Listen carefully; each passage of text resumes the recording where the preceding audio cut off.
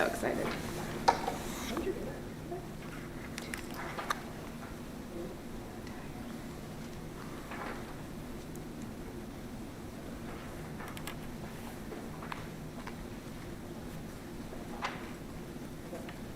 Good evening and welcome to the Monomoy Regional School District School Committee meeting for Thursday, April 28th, 2022, beginning at 6:32 p.m. This meeting will take place partially remotely pursuant to the law signed by Governor Baker on February 16th, 2022, an act further extending certain COVID-19 measures adopted during the state of emergency, which includes an extension until July 15th, 2022, of the remote meeting provisions of his March 12th, 2020 executive order suspending certain provisions of the open meeting law, and this meeting will be recorded. So I would like to call to order. I do not see any members in the Zoom room at the moment. Ms. Tolley? Present. Ms. Games? Present. Mr. Russell? I think present. Ms. Zebrat Long? Present. And I am present. Officially being 6:37. Okay, so unfortunately our Monomoy Regional High School student representative was unable to come tonight. However, I would like, without any opposition, I would like to, move our report about our London and Costa Rica trips up to the second agenda item. I know that at least Mrs. Barnes may be a little bit jet lagged coming back from London, so thought we could bump her up on the agenda so that she can start her rest. Is that okay? I agree. Okay, great. So Mrs. Barnes, would you like to kick us off? I would. For starters, can I be heard? Yes. Fantastic. That's great news. And the next thing I'm going to do is I'm going to go ahead and share my screen so we can go over a few of the things that happened for our students. And let me see if I can make sure that happens. Let's go to my screen. Here we go. I'll share there. All right. Can everybody see the presentation that's here? Yes. All right, fantastic. So we did manage finally, after a 4-year planning time, to launch ourselves and get ourselves off to London. Originally, as you probably remember, you actually approved this trip in 2018. In fact, many of you who are present now may not have even been on school board yet at the time that you approved of it. And the plan was for the trip to go in 2020, and we all know how that worked out. But so this was a continuation of that. The students who had signed up for that original trip stayed on, and then of course we opened it up to our current 8th and 9th graders as well, so that they would have the opportunity to go. So this was one of the larger trips we had planned. Our tour began on April 16th, and you can see here in the picture that we have our Windsor Castle, and then there's some beautiful pictures of Windsor Castle. That is the entirety of the student group that's there in front of the castle before we started our tour. And as you'll find out in a minute, the tour got pretty exciting once we got inside the castle as well. But I'll share that in a moment. Okay, so we had 7 days, 33 sharks, 1 guide. What could go wrong? And I'm sure that we're all seeing where that's going to head. The first day is the same as we always do. We do a walking tour for the entirety of the first day, just so that the kids can get themselves on London time. So the kids are supposed to sleep on the plane. It's a roughly 6.5-hour flight from here to England. And from there, they went ahead and they did a full walking tour for the whole day. Because with kids, if let them sit down and you let them be passive, they'll just fall right asleep. And they never quite move themselves over to the time zone. So we literally walked them about 20,000 steps that day, and through most of the city of London, which was pretty exciting. One of the things they learned, of course, is that the city of London is actually only 1 square mile large, and that a lot of the area that we associate with London is actually it sort of is beyond the actual bounds and walls of London itself. Most of what we think of is actually in Westminster, which is different, and they learned that day. But we literally walked around all of London, which was an exciting opportunity for kids. So our second day of the trip was Buckingham Palace in Windsor. We were fortunate to be met by a blue badge guide who gave us a tour of Buckingham and some of the major parts of our hill before they moved on in the afternoon to a full tour of Windsor Castle. So one of the things that was really fun for the kids is that they didn't think anyone actually lived in Windsor. And while we were there, we had a William and Kate sighting from not everybody, but some of the members of our group. So if you were in the castle and you were in one of the rooms that was facing the courtyard area that actually faces the residence on the other side, we were able to see William and Kate with their children, put them in their car seats, get into their Land Rover and drive out. And the kids were like, no, but that's not really them, is it? Because the glass is a little cleaned and different. And the answer was yes. So some of our children, not all, but anybody who was in that section of the castle at the time did in fact get to have a royals sighting. And they were shocked. Not only did people live there, but that you could see them coming in and out of their own residence. So day 3, we went to the Royal Albert Hall, which is one of the most impressive venues I've ever seen. It seats over 5,000 people. You can see it's in the upper left corner of your screen. And we had a full backstage tour of the area. We went and we saw the Queen's boxes. We actually got to wait in the Queen's and find out a little bit about how the theater was financed and paid for, how long it's been there, and notable people who have performed in the space. It's also multiple stories tall, and we got to go up and down the entirety of it. It goes 3 floors into the basement, and then it goes up a step, and it's a beautiful venue and performing space. We also then from there went to the Victoria and Albert Museum. We spent some time in the British Museum, where we actually caught up with Shark alumni Spencer Drake, who met with our kids, talked to them about the idea of importance of global travel. He was on this trip in 2016 and is now finishing his dissertation at King's College in London. He'll be moving on next year to Cambridge University for his master's degree. But he spent some time talking about his exploration of the British Museum with kids and offering to show them sort of backstage information sort of about things and exhibits that he's part of his studies there. So that was pretty exciting. We also saw the performance of Wicked that evening, which many of the kids said was the highlight for them of the entirety of the tour. Got a lot of this on those days. I think the picture speaks for itself. Most of the kids started showing me their Fitbits to promise me that we didn't need to keep going and walking as far as we did, but we kept on nonetheless.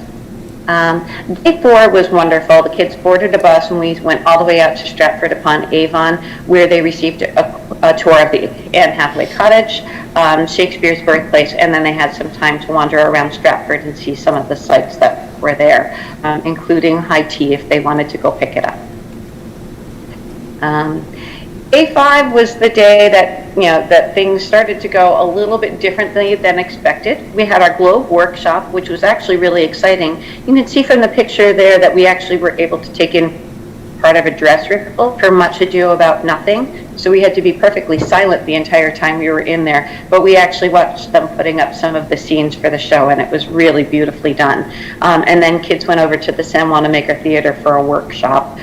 We followed that up, since everything is right there along the South Bank, with a visit to Borough Market for lunch, the Tate Modern Art Museum, where kids were able to go through 5 floors and 2 different towers. And then that evening they got a performance of Come From Away, which was the musical that was about 9/11 and the town of Gander in Newfoundland and what they had to do to help the stranded passengers that were there for 5 days. It was very moving. It was beautiful. And a lot of the kids said that they had not had much expectation for it and then walked out very moved by the performance. this happened. As some of our travelers did, in fact, test positive, and we know that with exposure to other people and places, there's always going to be the risk of contracting lots of things, flu, sniffles, and unfortunately, in our case, some of our travelers did contract COVID-19. So one thing that I do want to be careful about is that we have this lovely headline here from, well, it's not really a full headline, at least we didn't make the COVID complicates school field trip to London. And I think the focus of this is entirely wrong. The school field trip to London allowed students to other cultures, to other places, to other people, to learn self-reliance, responsibility, some group dynamics, to learn more about their world and find out that this was not a small place, but a place that's open and welcome and a place that's ready for them, and a place that they are ready for. I feel like that's what they got from their school trip to London. Really, they could have a headline that says, COVID complicates life, and that would probably be more accurate. I don't think necessarily of the trip, and I'm sorry that that was the focus from the newspaper. One of the things that I'm really thrilled about is that school committee has done their due diligence in making sure that our travel companies support us. And EF did just that. They made good on their promise to fly out parents who were vaccinated to support their own children. That absolutely happened. They made good on making sure that I was able to stay there and take point and make sure that everybody felt safe and supported until they could test negative and make it back home. And then they made all of necessary to make that happen. So I feel like while it may be a complication, it's the least important part of what kids and families got from this experience. And there my diversion ends, and I'm happy to answer any questions that you may have about it. Thank you so much, Rachel. It sounds very exciting for a lot of different reasons. Any questions, comments? Absolutely. Tina? Yeah, I wanted to say I followed your trip on Twitter. So great job with the Twitter posts. I thought it was great. And in Thank you. Yeah, in response to your comment about the Chronicle, I thought this exact same thing, and at the same time, I know their job is to sell newspapers, so that probably was where their mind was, but I just wrote down letter to the editor, so I don't know if it's worth somebody penning a letter that just acknowledges what you had just shared. I have to read the article again, because I couldn't quite get past the headline. But anyway, I just wanted to say, I did follow you on Twitter, and it looked amazing, absolutely amazing. And as somebody with a British husband, I know that all of the wonderful places you went, and I'm excited that the kids had a chance to finally get there. So thank you. Thank you. Ms. Tolley? Thank you for the great recap. I have a question about the process and how things went once families started to, I guess, need to make their way to be with children. I'm wondering how many parents came to be with children in England? So we had two separate set of guardians arrive. One under EF's policy, because the parent was vaccinated, was able to take advantage of that. EF made all of the travel arrangements, put them up in a separate hotel room, and then was supportive throughout the entire process of making sure that happened. We did have a parent who was not vaccinated, so all under that sort of auspices opt to pay for a plane ticket and sort of find their own way. And so we did have, for affected students, we did have parent and guardian support. Okay, I'm really curious about the parents' experience in this, knowing that we have other international travel trips on the horizon, and wondering if there's any, improvements or recommendations or suggestions that the parents who were affected might have for the travel company that we could pose back to them, based on this experience. And so what sort of follow-up or reflection is happening with the families of the kids who tested positive for COVID, and specifically the families who had traveled to England? So one of the things that I will share is that I can't obviously speak for the parents and this particular trip, I was not one of them. But what parents received like the parents who were involved in this, received all of the same essentially amenities that the students did. They had the hotel room covered, the testing in order to get back out of the country and back home was arranged and supported and provided by EF as well. Booking of all of the flights, etc. The same person who contacts me about all of the travel arrangements reached out to each of the families to give them those options and made themselves available to each of those families. Normally, the tour company has a person who deals with just the person who's liaison from school, who is me, and then a generalized support team for families who want information. But once these people became participants in the tour, worked specifically to communicate with them and give them their options and let them know what was available throughout the process. Thank you. Any other questions, comments? Ms. Stout?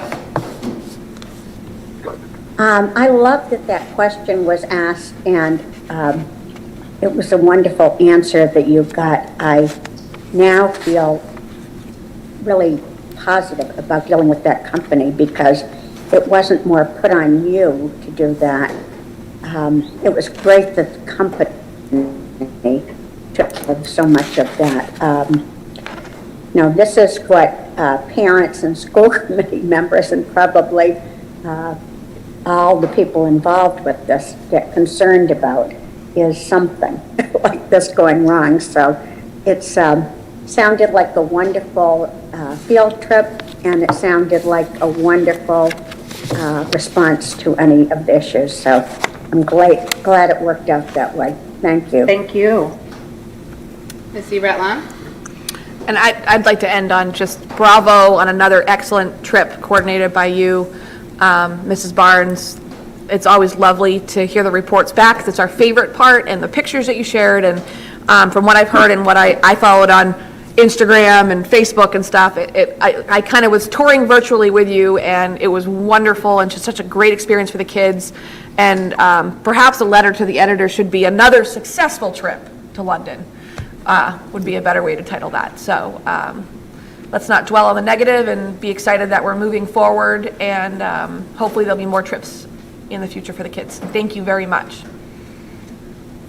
And I just echo everything that everybody said. I'm glad that even with challenges, it was still overall a successful trip.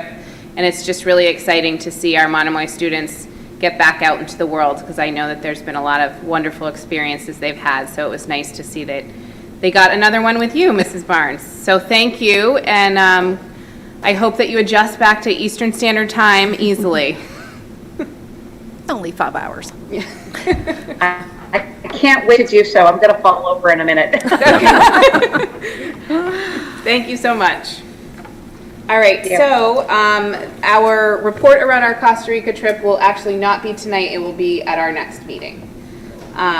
So moving on to public comment. Anyone for public comment? Seeing none, we will move on to approval of minutes. First, we will approve the MRSC minutes from April 14th, 2022. So moved. Do I have a second? Second. Any discussion? Roll call vote. Ms. Stout? See. Abstain. Ms. Tolley? Abstain. Ms. Games? Aye. Mr. Russell? Abstain. Ms. Sebrat-Long? Abstain, I was not present. And I am an aye, but I'm not sure that, Let's take a, let me just check. Who was actually present? So these are the April, this is from our last meeting. So- Sharon, this is from our last meeting, not the minutes that you had questioned before. So this is just from 2 weeks Oh. ago. The last meeting, I there was a crisis, I had to leave, so I wasn't there for the whole meeting. And so I feel like I wasn't there for it. We had to adjourn when you left, so you were there for the whole meeting. Oh, I thought that Scott did his report and. But we could some not other have things any, we could not have any discussion around that, so. Oh, all right, well, I'm sorry, I didn't read it carefully then, That's because I okay. thought I couldn't vote on it. Do you want to redo the vote? Yes, let's- Yep. Yes, let's redo it, Okay, yeah. so let's redo the vote on that. Ms. Stout? Abstain, I didn't read it. Thank you. Ms. Tolly? Abstain, I was not present. Aye. Mr. Russell? I abstain, I was not present. And Ms. Rettlong? Abstention, I was not present. Move it to the So, next meeting. Madam Chair, if I could just make a comment, that this was part of our agenda packet, so we really, those of us that attended the meeting really should have read this. I mean, we could certainly push it off to the next meeting, but I just want to remind everybody, that's why we get the agenda packets 48 hours ahead of time. So just as a reminder. yes. And we can push it off until the other members that were present are back. That's And all what I was mean. going to say is, if there's no opposition, I've watched the meeting and I've read the minutes, and I have no objection to the minutes as they were recorded, as they match what I feel was presented in the meeting that I watched recorded after, even though I wasn't in attendance. So I'm happy to vote aye for the minutes, for the fact that they matched what was carried at the meeting, but I was not in attendance at the meeting. So if there's a problem with the fact that I wasn't in attendance, that's typically why you would abstain. However, the minutes have been reviewed and I have watched the recording. So if that vote helps, I'm happy to do that. It's still not enough. Okay, then that's I fine. think it's acceptable, but yeah. But I don't think Yeah. even with me, I don't think Right. it's enough. So that's, All right, so we'll move these to the next meeting, and we will move on to vote on the MRSC minutes from March 24th, 2022. Do I have a motion? so moved. Second? Second. Any discussion?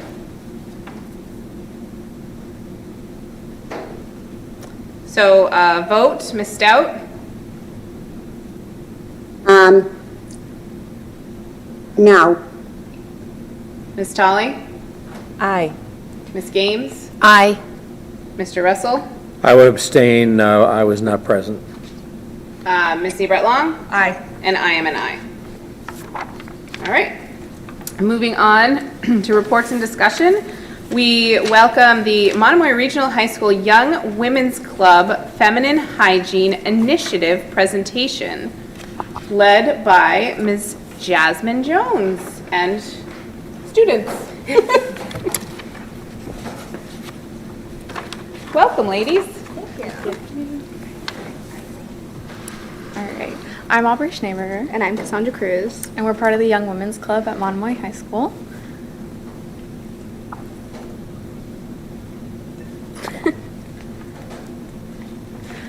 So we're hoping to get feminine hygiene dispensers in the school bathrooms to make products more accessible at our school. So our problem statement in all of its eternity is feminine hygiene products or lack thereof can cause stress and disruptions in a student's education. We are working on finding suitable product dispensers to put in our school's bathrooms to help the menstruating population at Monomoy Regional High School. By making these products more accessible at our school, we are creating a more inclusive environment for all.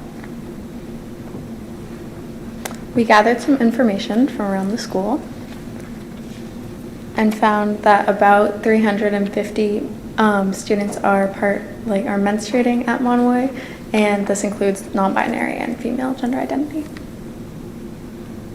We also asked some teachers that we know approximately how many hygiene products they think they've given out this year, and we found that the average was 19.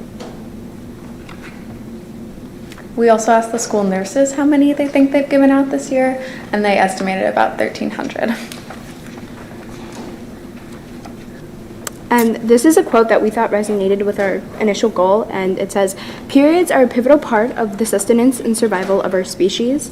These products are as necessary for public engagement as toilet paper and paper towels." And just to make a quick announcement, some of the slides were changed after these were printed. So if you notice any differences, that would be why. We also sent out a survey to all the menstruating students at Monomoy High School in about March, and this is what we heard. So 71 students took the survey, and of all of them, they all said that dispensers would be a good idea in our restrooms. Everyone asked that the products would be free, and the student said, if I'm not carrying a pad on me, then I'm probably not carrying a quarter.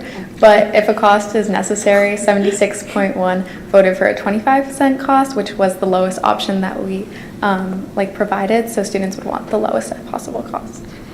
We also added in there what brands or products they would want. So the most products we found that were common were tampons, pads, and liners. And we also, for brands, the most brands that came up were Tampax, Playtex, Kotex, and a lot of them asked that they be plastic applicators for tampons instead of cardboard ones. And our goal is to have 10 dispensers in total. So that would mean 4 in the girls' science wing, so 2 up, 2 down, 2 in the boys' science wing, so 1 up, 1 down, 1 in the girls' locker room, and 2 in the cafeteria bathrooms, 1 in the girls, 1 in the boys, and 1 in the gender-neutral restroom.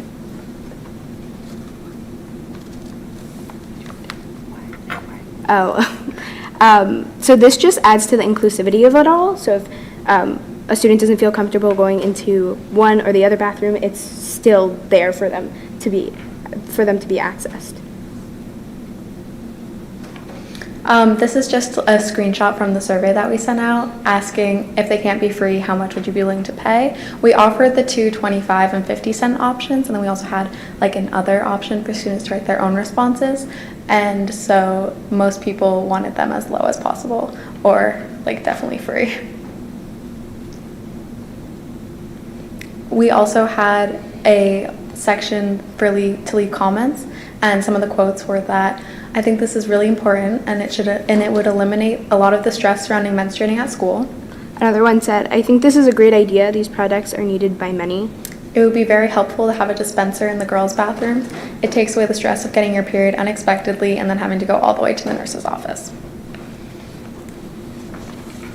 We also researched some different companies, and we had a top 3. So our top one was the company called Aunt Flo, our second was Uline, and our third was Courtesy. And the great thing about all of these dispensers were that they do provide their own products that you could buy them from, but there's also you can also switch out the products for better ones, to say. So about Aunt Flo is that it has a quick loading dispenser, a 50-unit capacity, which is more than almost double what other dispensers use. There's a window for viewing the inventory. Their products are sustainably produced.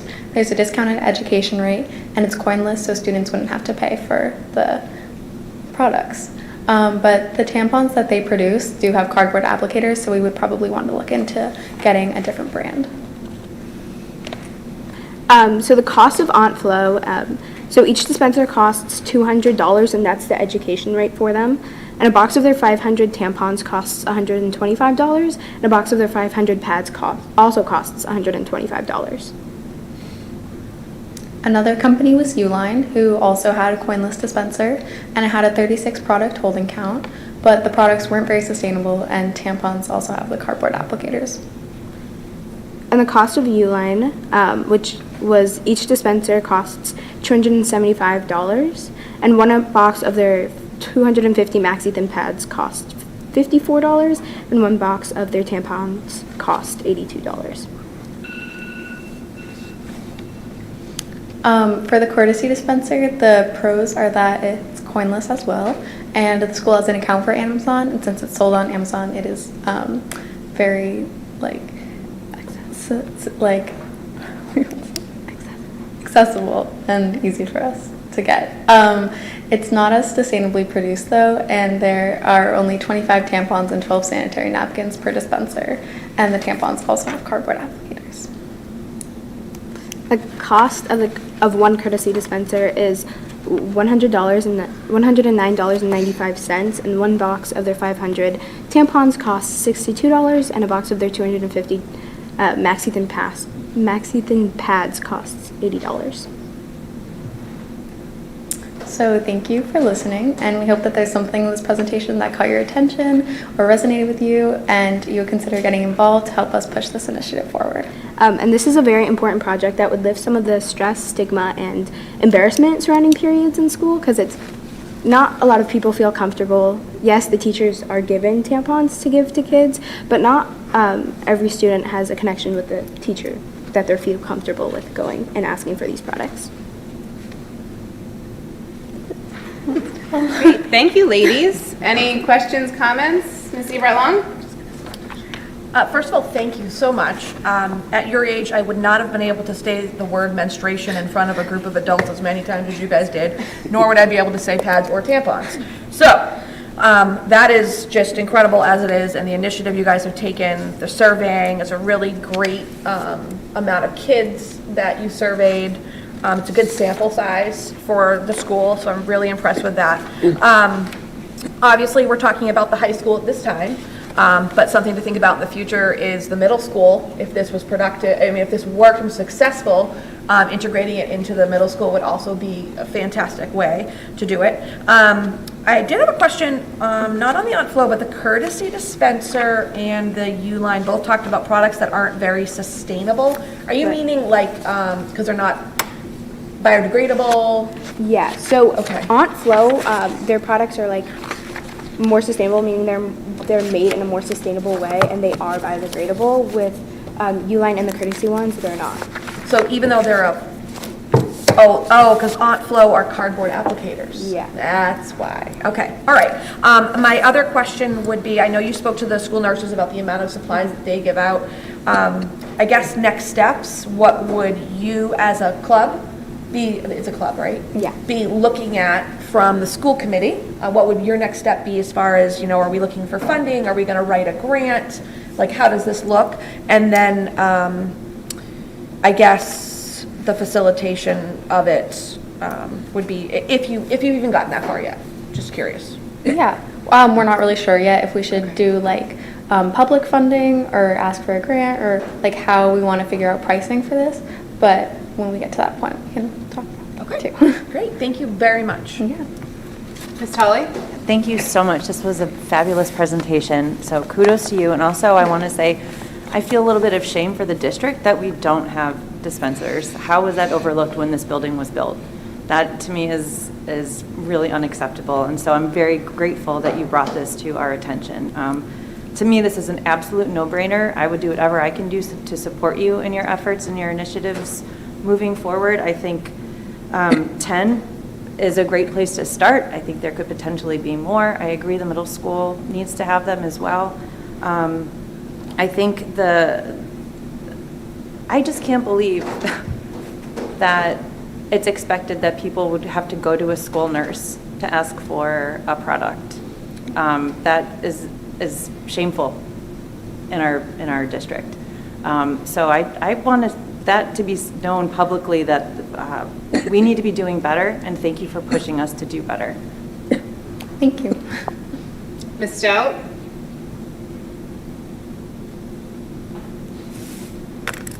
Yes, I was completely shocked to hear that we didn't have those.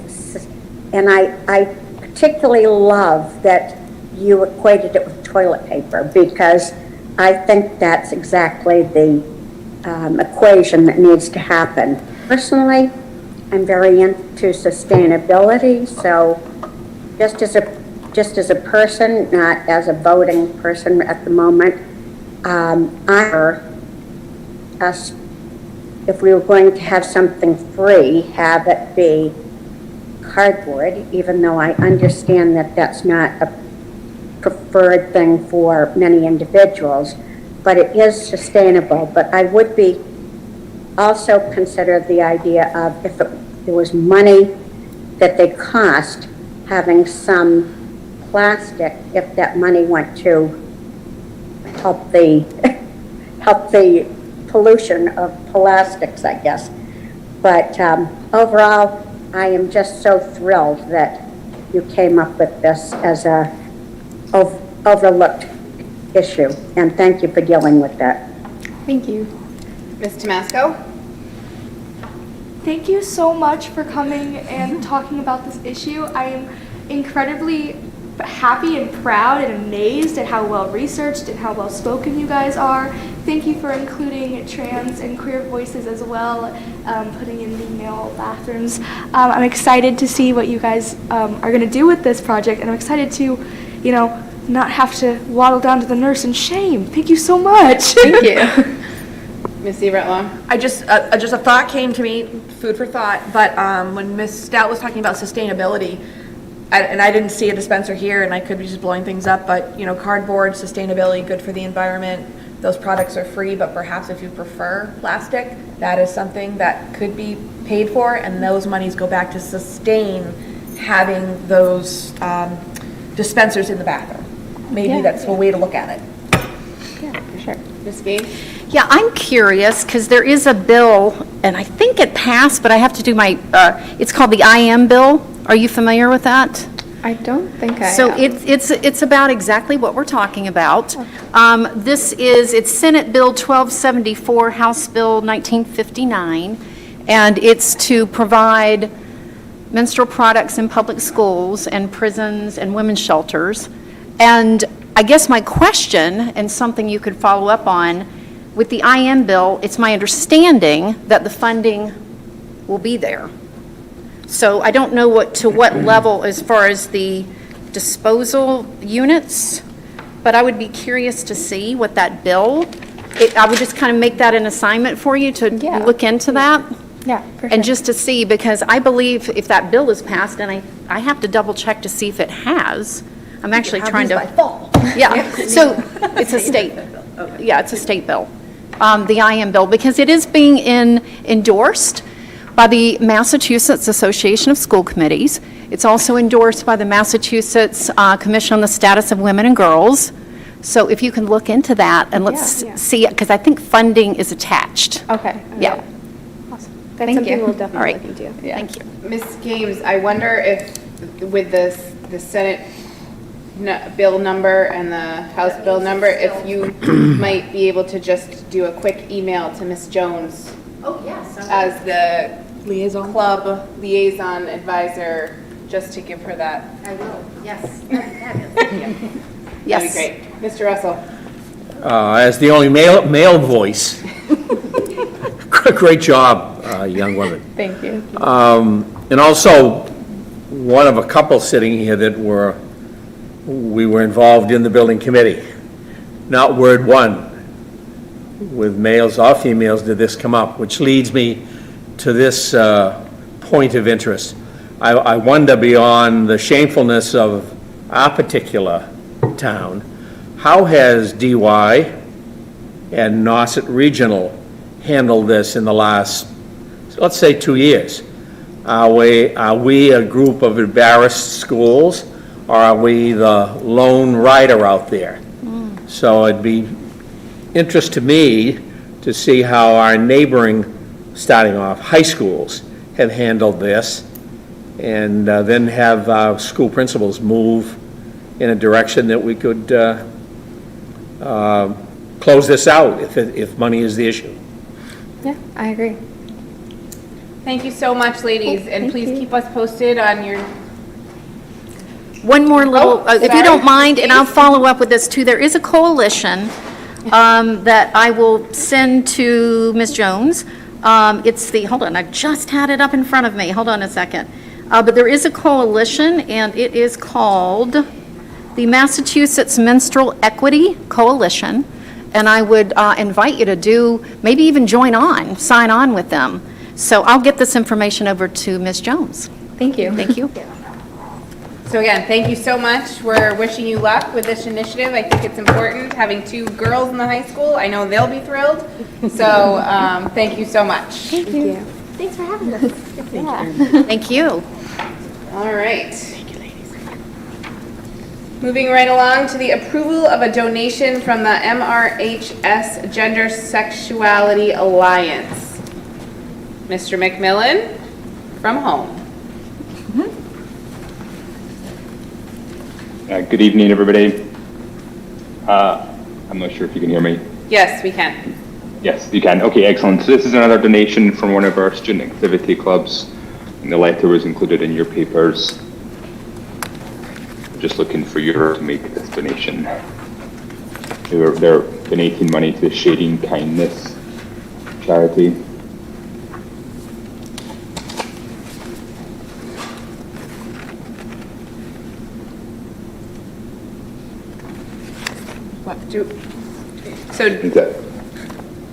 So yeah, you just need your approval, so you can, has anybody got any questions? Is there a monetary amount, or is it just the donation? This donation. Is there a monetary amount we need to know? Yeah, sorry, it's not in the letter. It's not. Yeah, it's not there. Kid, Yeah, hold on, I've got it here for 2 seconds. Yeah, it's $236.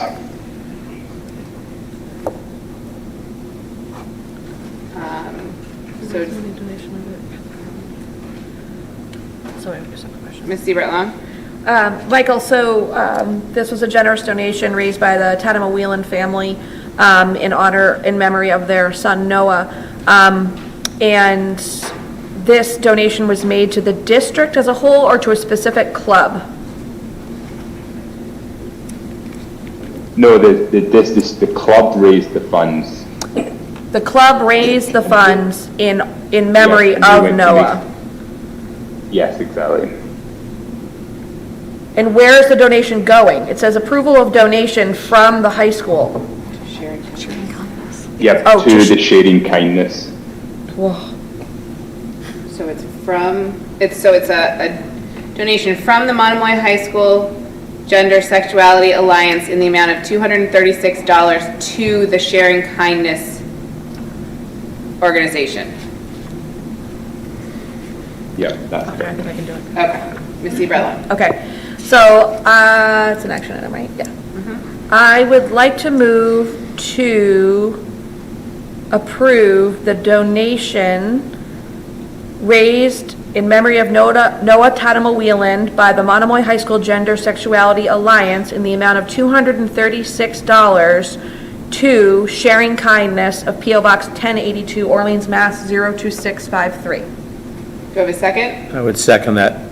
Any discussion or? Second. I think we have a delay, yeah. Ms. Tomasco. Yes, I am the school president, not the school president, but the student president of Monomoy Gender Sexualities Alliance. Oh. And the sibling of Noah Tadema Whelan is a part of our group, and a lot of our members are very good friends with the family. We wanted to we had a big sale out front of the gym, and the community helped us raise this money, and it was just a great thing for us to do, and I would like to thank you.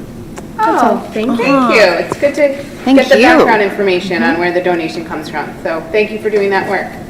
All right, so we have a motion and a second. So roll call vote. Ms. Stout?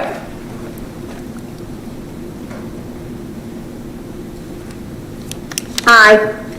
Ms. Tolley? Aye. Ms. Gaines? Aye. Mr. Russell? Aye. Ms. Seibert-Long? Aye. And I am an aye. Moving on to our Strategic Plan Steering Committee, Strengths and Costs of Potential Facilitators. We did have a lengthy conversation around this at our last meeting, where we, although we do have in our packets the full list of vendors listing their strengths and weaknesses, we had kind of narrowed it down to two the Teaching Learning Alliance, and we were talking about that organization as well as the Battelle for Kids.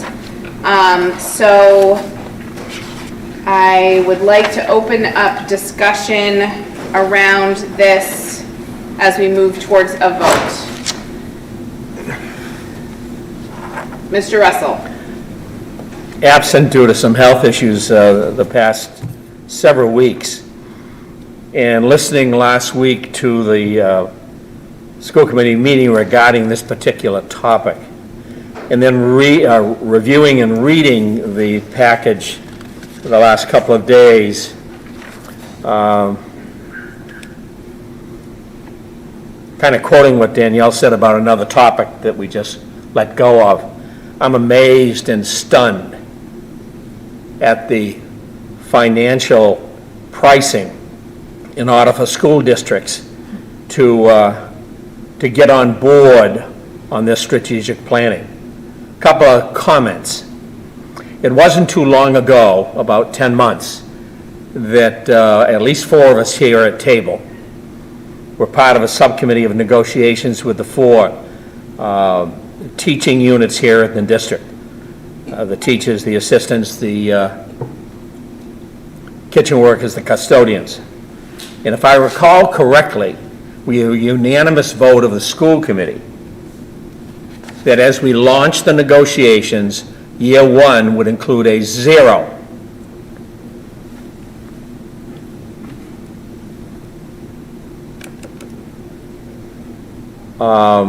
Signal to staff, and then year 2 and 3 would go from there.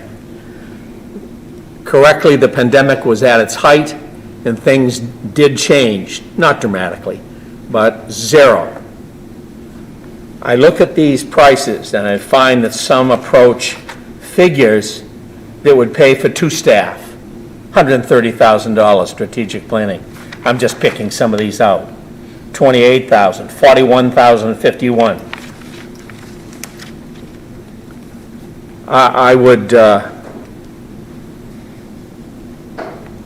I would venture that 3 years ago, those of us who were involved in organizing the strategic planning subcommittee, I was not one of them, never even heard of a portrait of a graduate proposal. To me, it is brand new. I know very little about it except reading most recently.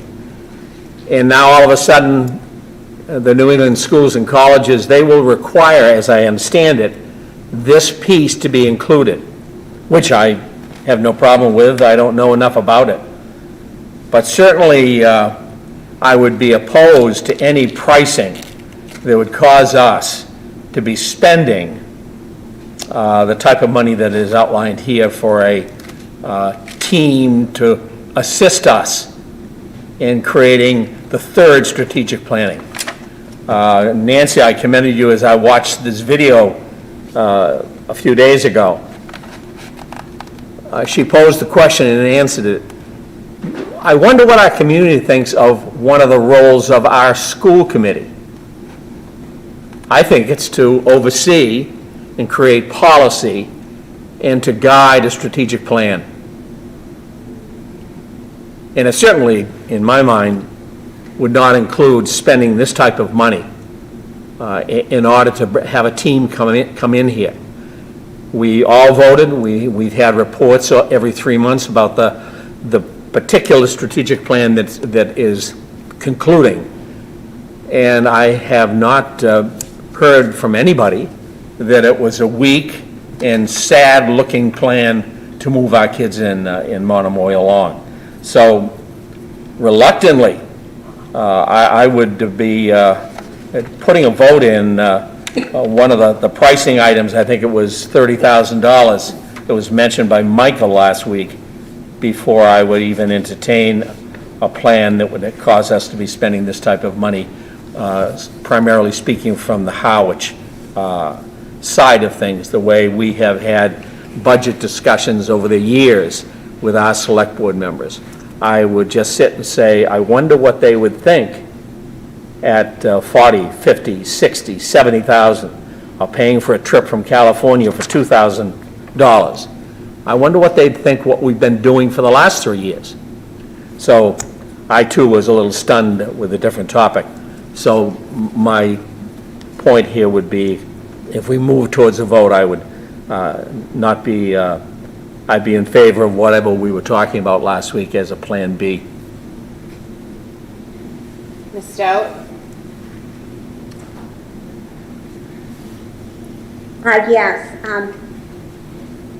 I appreciate your comments, Terry. The only effective strategic plan I've been involved with was pretty expensive quite a while ago. The reason I'm interested in this is because this Battelle for Kids is such a polished, I probably call 30 different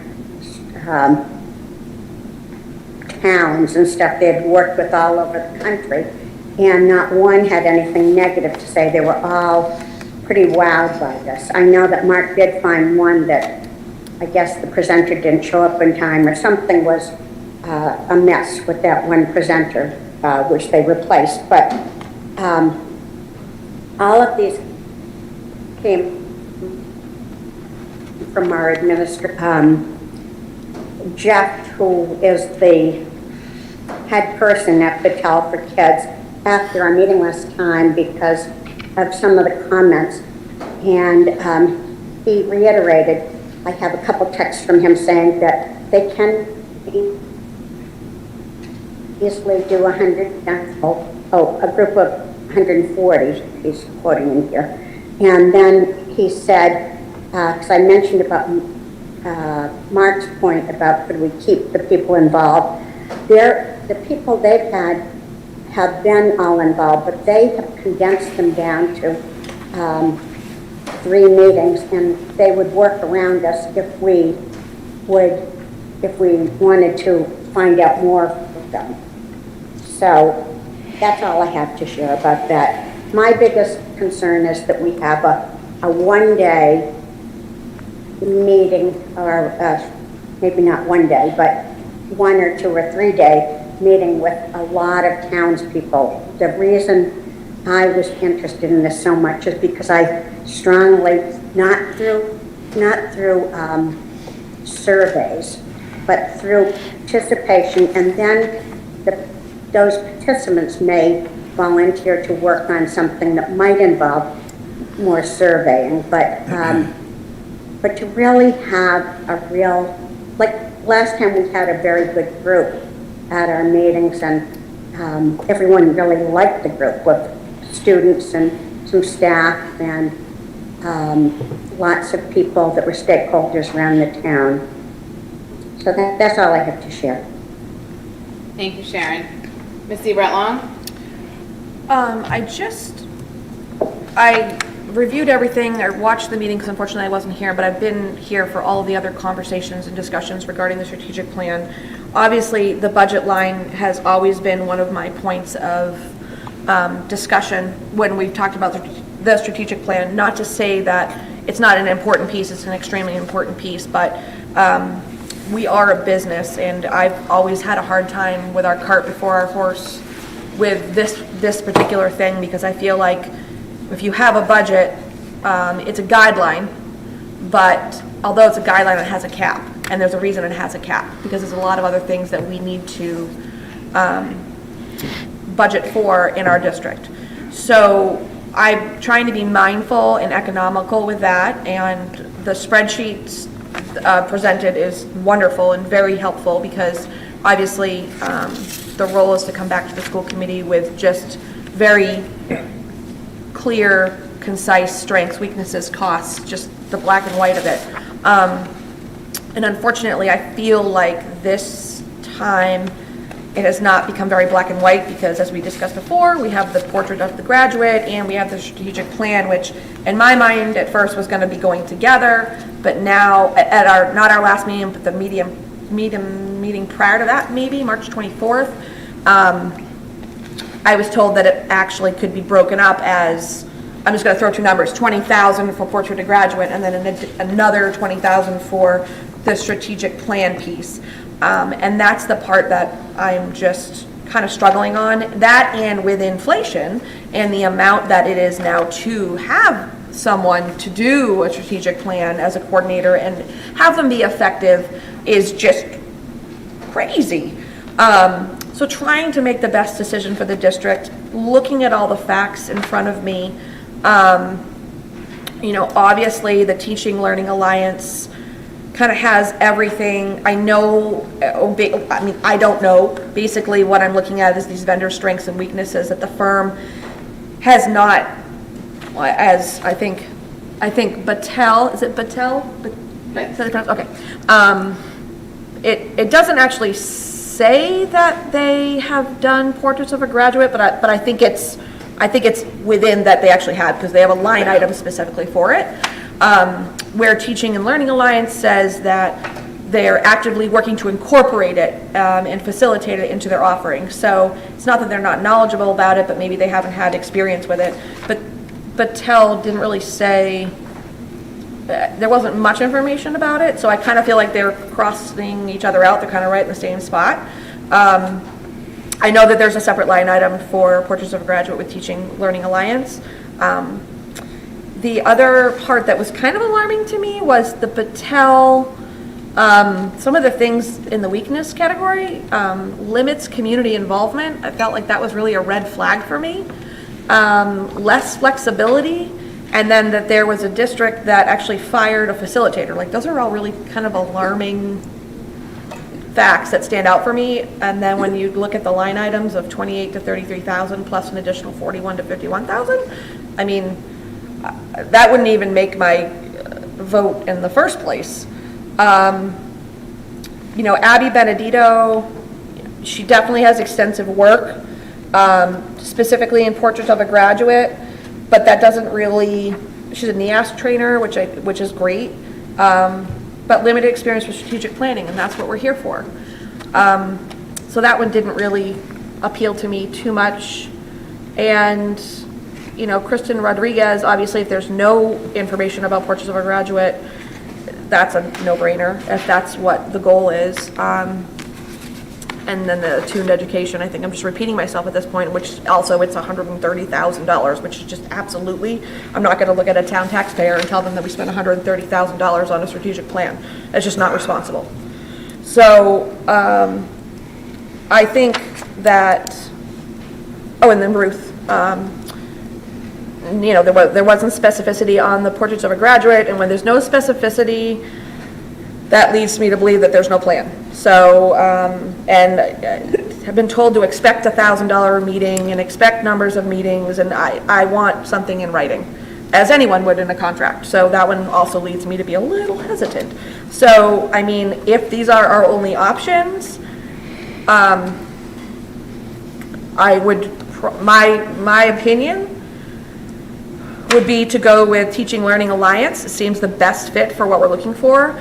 You know, in another 4 or 5 years, when we're looking at doing another strategic planning session, I would hope that Portrait of a Graduate has established itself more, and at that point we can really come out strong and improve what we had done with Portrait of a Graduate and improve it. But I feel like it's in the beginning stages, so it would be okay to not have someone who's firmly active in it, but are able to incorporate it, know what it is, and steer us in the right direction, especially with community involvement as being one of the most important things. I obviously would prefer just to vote for the $18,750 for the strategic plan and see where that takes us, but we could talk about that. That's all I have. Ms. Dolly. Thanks, Jackie. You brought up a lot of good points. I try to. One thing I wanted to clarify, though, is actually Battelle's specialty is Portrait of a Graduate. I think that's why it's not. Yeah, I think as I said that. Oh, okay. I said it wasn't actually outlined, but it didn't have to because it was encompassed in that. Yeah. And it's TLA that has not officially offered it, but they are absorbing. Correct. Yep. Facilitators who have experience with it. Okay. Yep. You know, one of the critiques I've heard about Battelle is that they're less flexible, and having been on the conversation with them, I don't know that that's actually true. I don't think we asked for a lot of flexibility when we had our conversations with them. We did a lot of listening and listening to the process that they do, that they laid out, but we didn't go back to them with any questions about, could we do this, could we do that, until Sharon had, I guess, reached out to somebody on her own asking about changing their process or their format. So I don't think that that's an accurate assessment or weakness about them, is that they're less flexible. I think that they could be more flexible. We just didn't ask them yet. One other thing that I'm thinking about is, I think we were called a steering committee, but after talking with MASC, our field rep with MASC, we know that's essentially a subcommittee. I think whatever we're called, the steering committee or subcommittee who is working on this, I think collectively we did not do a good enough job by bringing the idea of Portrait of a Graduate to you all and clarifying what that means and why, what it looks like, what it entails, and why we were thinking that that should be phase one of this process to lead into the strategic planning. So I think we need to own that we should have done a better job at bringing you all information that would clarify why Portrait of a Graduate felt important to do as phase one of this. And so I apologize on behalf of all of us for there being confusion.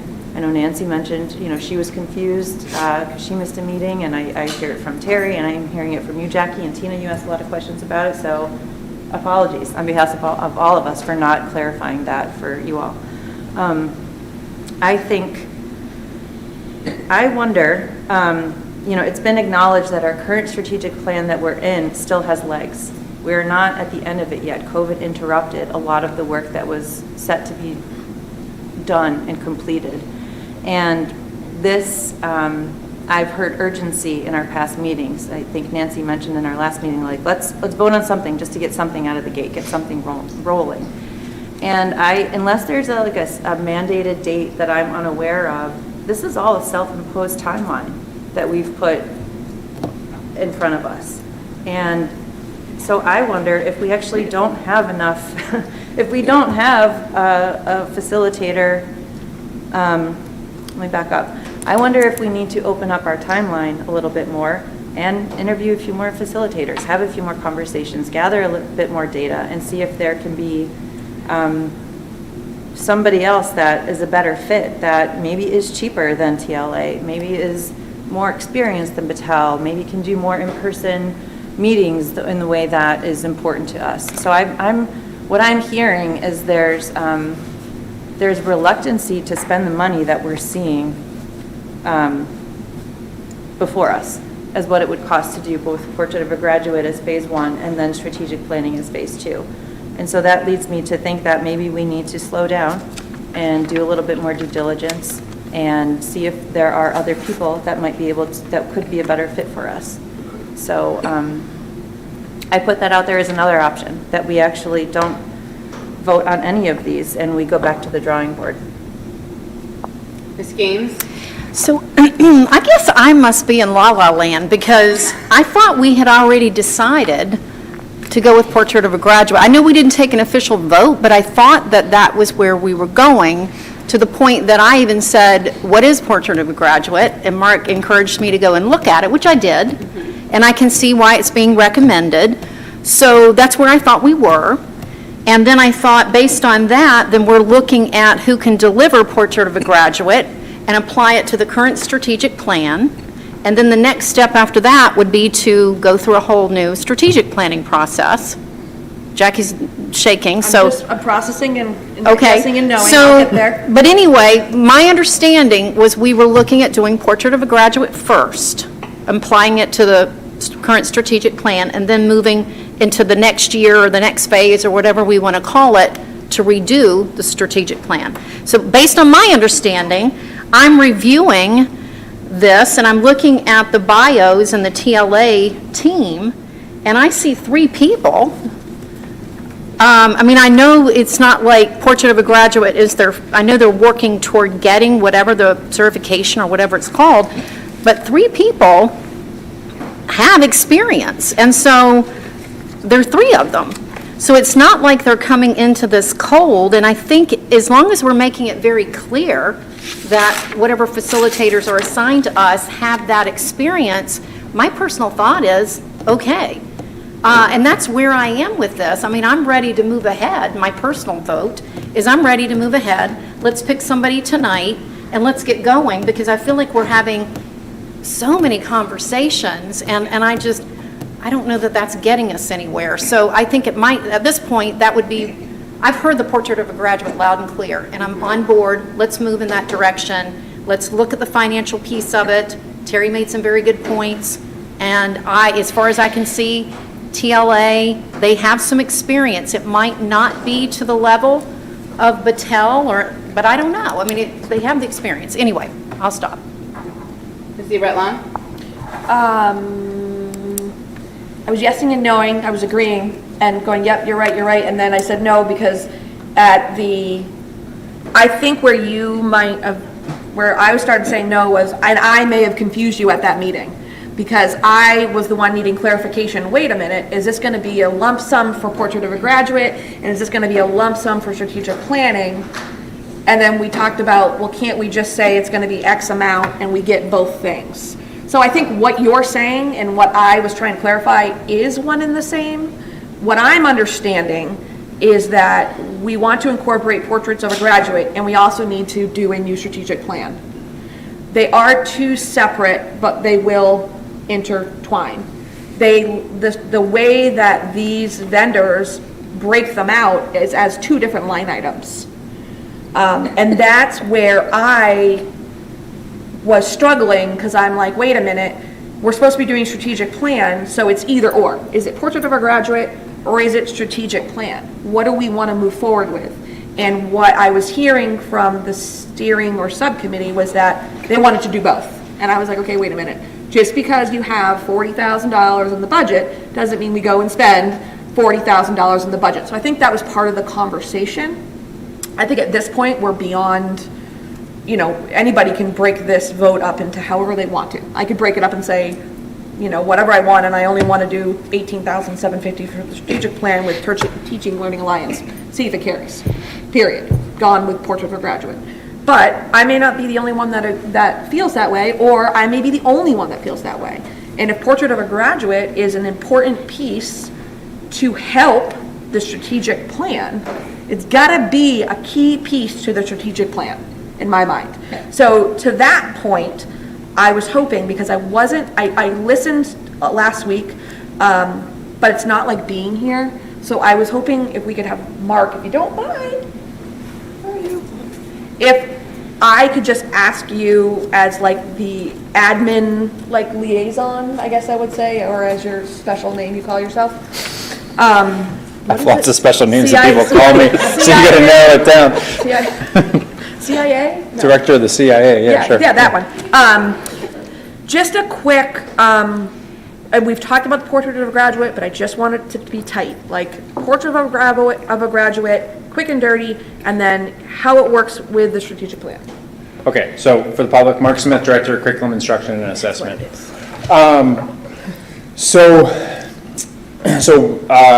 First start with what Portrait of the Graduate is. So Portrait of a Graduate is establishing as, you can do it just as a high school, but what we're recommending is that we do it as a district.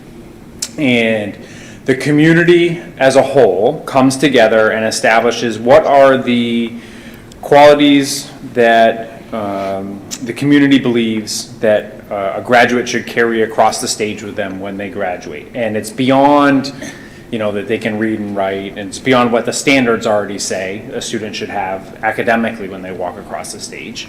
It is the life skills, the soft skills that the community believes are going to be necessary for students to be successful when they enter into the world. So some communities say something like citizenship. Some communities say empathy. Some communities say the ability to collaborate with others. I don't know what our community would say, but you go through a process to ultimately come up with somewhere between 4 and 6 things that your community says. There ends up being like one-word statements, and then under that, you define what you mean by those things. So if you say empathy, then what is it that you you define by like 4 or 5 bullets what you mean by empathy? What does it look like?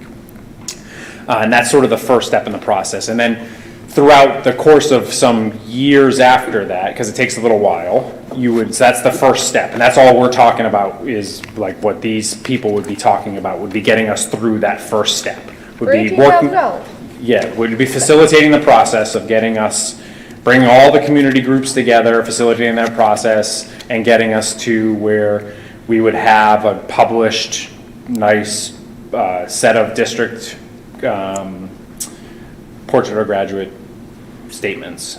And then you start to work over, and what was different from like what Abby Benedetto does, and why her price structure is a little bit different, and she does it, that's her price structure per year. She works with your district over the course of multiple years, which we would then take this work on and just do ourselves, is then you start to look at, okay, so if that's what it is for the graduate who walks across the stage, what does it look like at your different transition points? So for us, what does it look like for a 7th grader? Then what does it look like for a 4th grader? And then you start to then drill down, okay, so if it's for a 4th grader, then what does it look like for a 3rd grader, and for a 2nd grader, and for, all the way back down to kindergarten. So every teacher in the district knows what it, and you start to build out actually rubrics for like, what does it actually really get, like really granular on what it actually looks like. And then you can go further and then, so if this is what it looks like for students, then what are the teacher competencies that you need in order for us to develop this in students? That's like next steps. But to bring to the second part of your question, is how does this tie into the strategic plan, is then so there's 2 approaches. And the school committee can decide how the school committee wants to approach this. So one approach would be, we do the portrait of graduate work up front, and that's like our, what Battelle would call like our North Star, and it sort of guides our strategic planning process going forward, and we have, strategic objectives that sort of fall off of that. Another approach would be, and then maybe one of our strategic objectives is then to do those things that I talked about, like get really granular on all the elements of our. Another approach would be to develop a strategic plan, and that you as a school committee, who are going to have a significant amount of influence on their strategic plan, are going to say that the development of portrait of graduate is going to be one of the strategic objectives that's going to be part of the strategic plan. So, like currently, we have 4 strategic objectives, and you can say that one of the strategic objectives is we are going to develop this and all the different granular pieces. So if we establish a 4-year strategic plan, let's say, or a 5-year strategic plan, or however long we just say the plan is going to be, the strategic objective, and might be worded a little bit different, fancier than this, but the spirit of the strategic objective would be establish a district-wide portrait of a graduate. And then it would have action items under it. So my question about that is that the only way you could do it reverse, like you just said, like you would develop your strategic plan and then make one of your goals to develop the portrait of a graduate. That would only happen if we voted for both the strategic plan line item and the portrait of a graduate line item, the way these are broken out. Because if we just voted for strategic planning and we went through strategic planning and the community and our whole group ended up not doing portrait of a graduate, then we will have voted to, do you see what I'm saying? I guess the only thing that I would say back to that is that at the end of the day, it's your strategic plan. So your voice is going to play a pretty significant role in it, right? So as a school committee, if you feel the portrait of a graduate should be a part of the strategic plan, it should be a part of the strategic plan. And the community is going to have a whole lot of other voice and a whole lot of other decisions. And the community is going to have a voice in what the portrait of the graduate looks like. You're just saying that it should be developed. You're not saying what the portrait of the graduate competency should be. It just feels like you're already planning the strategic plan without the involvement of the community by investing in the line, I'm going to call it line item because that's me, of the 18, you know what I mean, of the 18,750. It's not that I don't agree with it, it's just that that example is like cart before the horse. Like, it's an assumption that that's the way, that one of the goals is going to be, it has to be Portrait of a Graduate because we've already paid for it. Well, no, because you could, well, I mean, I guess I sort of understand what you're saying. It wouldn't have to. We would obviously want to guide it that way because we support it and we like that, but it seems a little, I don't like the way they're broken out. That's my big, like, right. It makes it very. Can I jump in? Can I, just one more thing? Yep. My other thing to you is, in strategic planning and in your experience, and as a representative of our admin team, I would say, I mean, you are. I appreciate that, thank you. You're welcome. Been promoted. How important is the Portrait of the Graduate to a new strategic plan? Where we're talking about a Portrait of a Graduate, we can actually do the Portrait of a Graduate and use our existing strategic plan. So why are we going to pay for a new strategic plan? Because we obviously have to change our strategic plan. Yeah, so I can tell you the high school is going to have to do Portrait of a Graduate to get NEASC accredited. Perfect. I can tell you that the leadership team feels that Portrait of a Graduate should be district-wide work.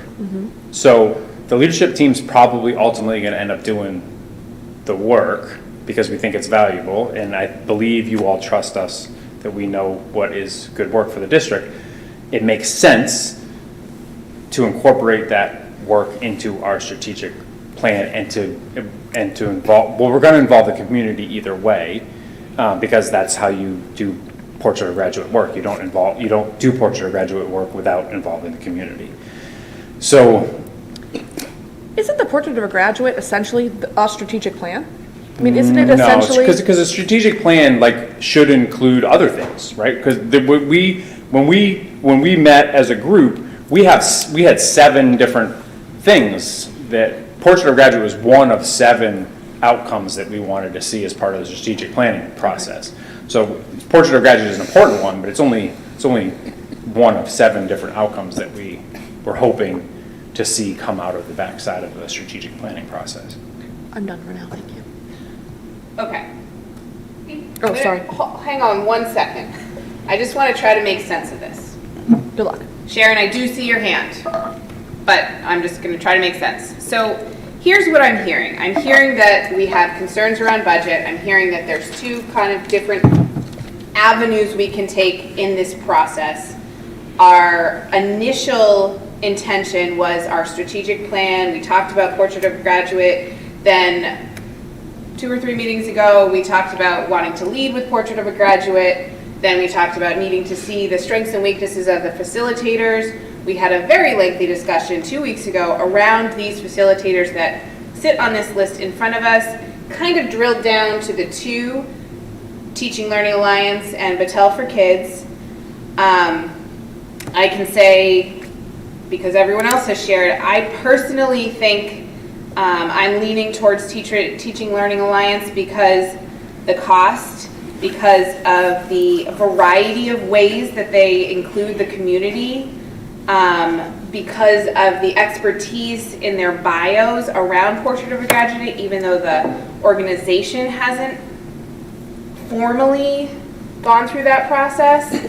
But what I'm wondering is, well, before my wonder, is I think we need to determine a facilitator so this process can move. I don't think we need to talk about it more. I think we need the facilitator so that the process can move. And I wonder if we have a motion to vote on a facilitator tonight, whether it be Teaching Learning Alliance or Battelle for Kids, then we bring the facilitator to the table, and that's where we really drill down. Are we going to really start it with Portrait of a Graduate, or is that going to be a piece of the strategic plan? Because we're looking for a facilitator to guide us through this process. But I think in order to, the process is stopped right now. So in order to move the process, and we've agreed we want a facilitator, because I do agree that our administration team, our leadership team, probably could do this without an outside person. But it's nice to have an outside voice. That's kind of where I'm thinking, that if we can have a motion to vote on a facilitator, then maybe once the facilitator comes to the table, we will get more clarity around the process. Mr. Russell. To me, and I apologize for being late to the play, but this is sounding like last week. Secondly, I think what Daniel commented on, maybe you're right. The subcommittee had the best of intentions, but somehow or other, this POG thing, all of a sudden, that has created unto itself, statewide, the requirement for high schools to have that in place. Maybe the next time they're evaluated, 10 years or I don't know. But to me, first of all, a kind of a slow comment that a portrait of a graduate. Get two people in the business all day long, and they'll come up with what we used to call a mission statement. And is empathy the word, or maybe compassion, or maybe, and pardon my age, thinking that, well, and then we're attaching money to it with a facilitator. My suggestion would be it's April, almost May. We take a little bit of an idea from Danielle about, let's start fresh and target POG, whether that's a workshop we have with someone we come down, not to pay $28,000, but to start off, I don't know who that person would be, to gain all of us some knowledge base around this POG, because I suppose it's going to have to be attached to the strategic plan. But I'm just really slightly amazed that all of a sudden we start looking into phase 3 strategic planning, and we find out that there's going to be a requirement for this POG to be attached to it. And how do we, and I don't recall even having a budget for the strategic planning committee, where it was 50,000, start off with 20 and come back to us. And all of a sudden we're looking at numbers that, are amazing. I would have given it to the teachers. I've missed you, Terry. Yeah. Anyways, I'm trying to find a sentence to close out. But I think That was it. if we can just pause, use some summertime, get a workshop, and start fresh with the subcommittee, add a person to it or whatever, to bring some clarity, because I see this spinning really out of conversationally control. Just round and round we go, and that's my 10 cents. Sharon? Sharon's up. I really appreciated Mark's first comments that he made, the first half about describing how when you start with the portrait of the graduate, he walked right through how that logically goes, so it made a lot of sense. It might be overwhelming to some people because this is kind of new to them. I've spent a lot of hours on it, but that was really, really helpful. And then I also agree with what Terry's saying, that maybe we should do a workshop later in the year. It's possible for these two, but also we haven't, because Scott and Mark brought it first, and I can't speak to Danielle, but I was so blown away with that. I wasn't really interested in looking at a whole bunch of other, not ones that, but I felt like I didn't need to go looking for other people to add to this list, but of course there are many. But there are lots of things that may be that we just should slow down and, have a workshop at a later time, like Danielle said, or like Terry said. Ms. Seabrett Long? I, like Terry, and I know Nancy, and I think almost all of us have expressed time is of the essence, and/or time is important from either spectrum. Mark, I appreciated your description of portrait of a graduate. I needed the update just because still in vacation mode, and although I was watching, it was a week ago.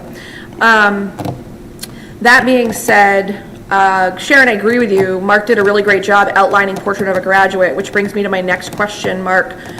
Is Portrait of a Graduate something that can be done by our administrative team, and is that within their scope of work that we could get that done without a facilitator, without a vendor? Just the Portrait of a Graduate? Yes. Is that something our administrative team would be willing to do? Is that a huge undertaking or not? I'll let Dr. Carpenter Somebody over give me here the doing signal, something? so I'm gonna. I wasn't going to comment on that, but yeah, so do I think we can do Portrait of the Graduate? I think we could do Portrait of the Graduate or strategic planning facilitation. Right. And I also think that there is benefit in having a facilitator. I think there's benefit in bringing in some external expertise for really keystone pieces for an organization. So yes, can we do it? Sure. And I mean, I'm entirely certain that Mark and I could go off into retirement and facilitate things like this just fine.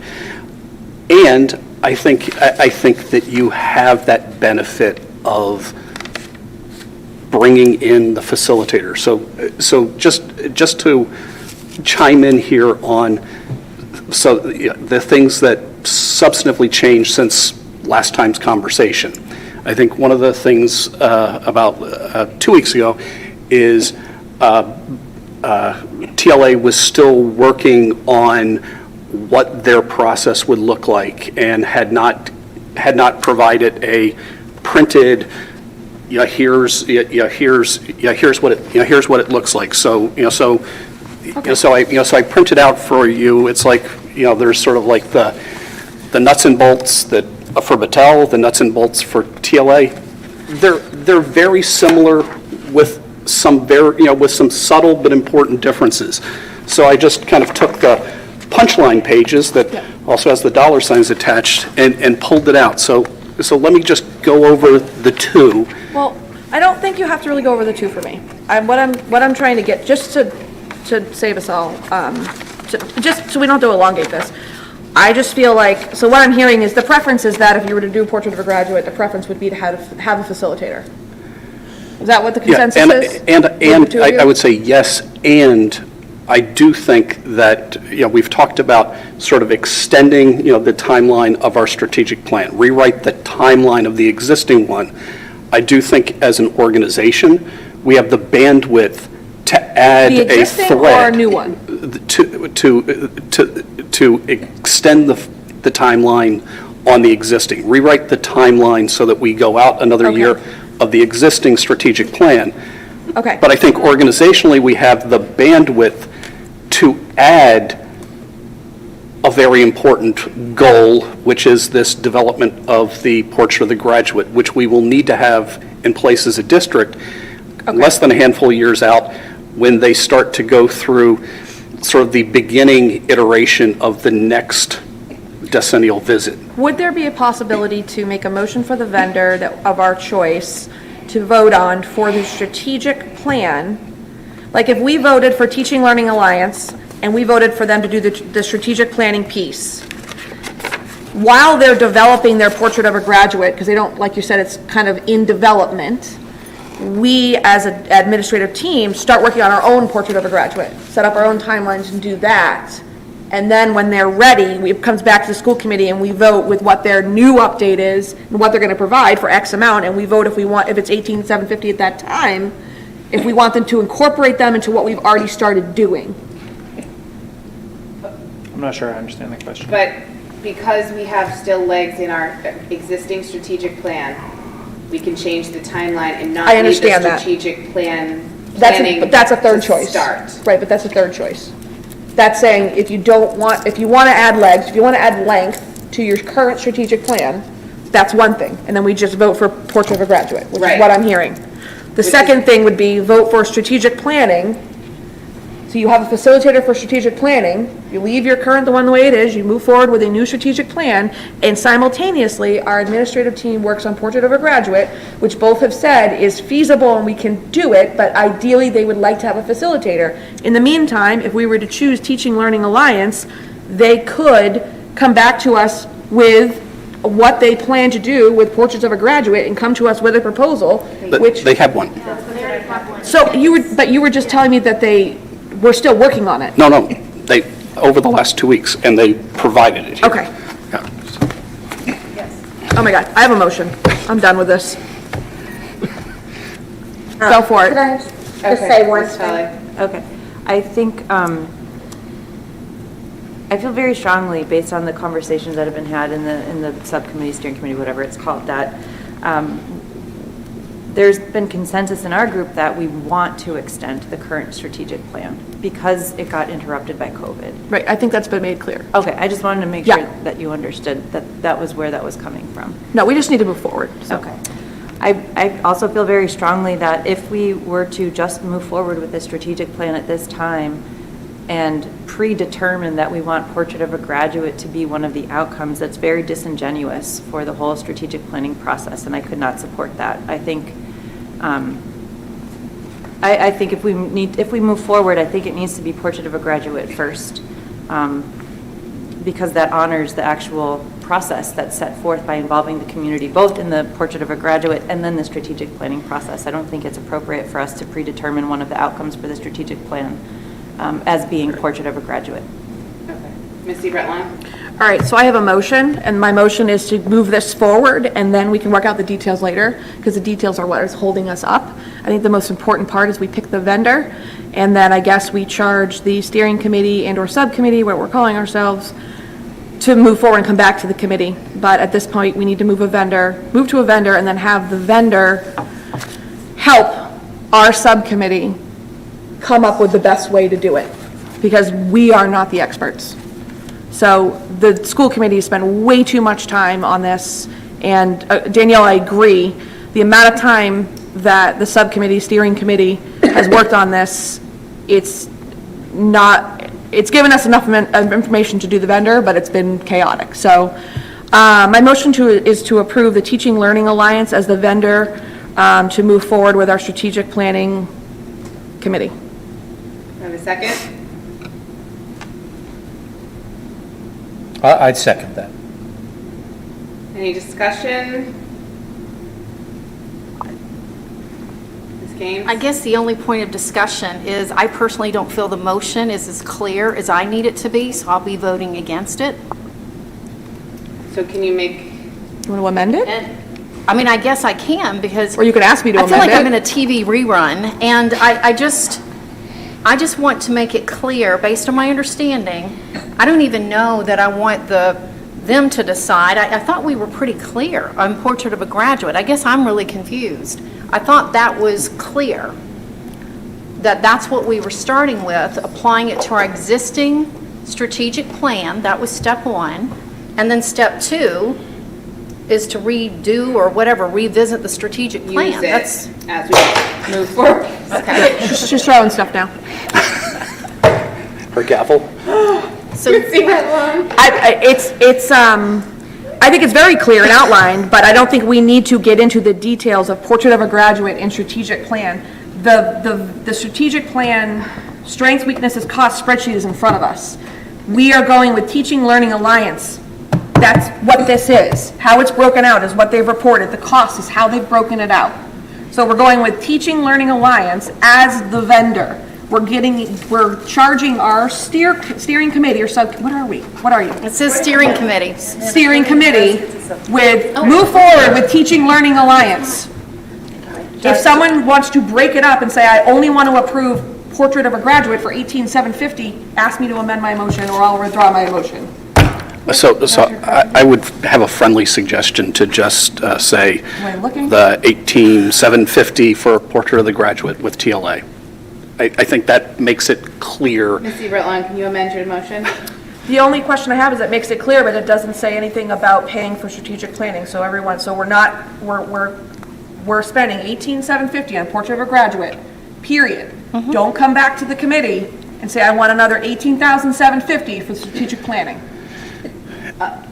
Well, This is what I'm saying. That's why I'm saying, just go with Teaching Learning Alliance as the vendor.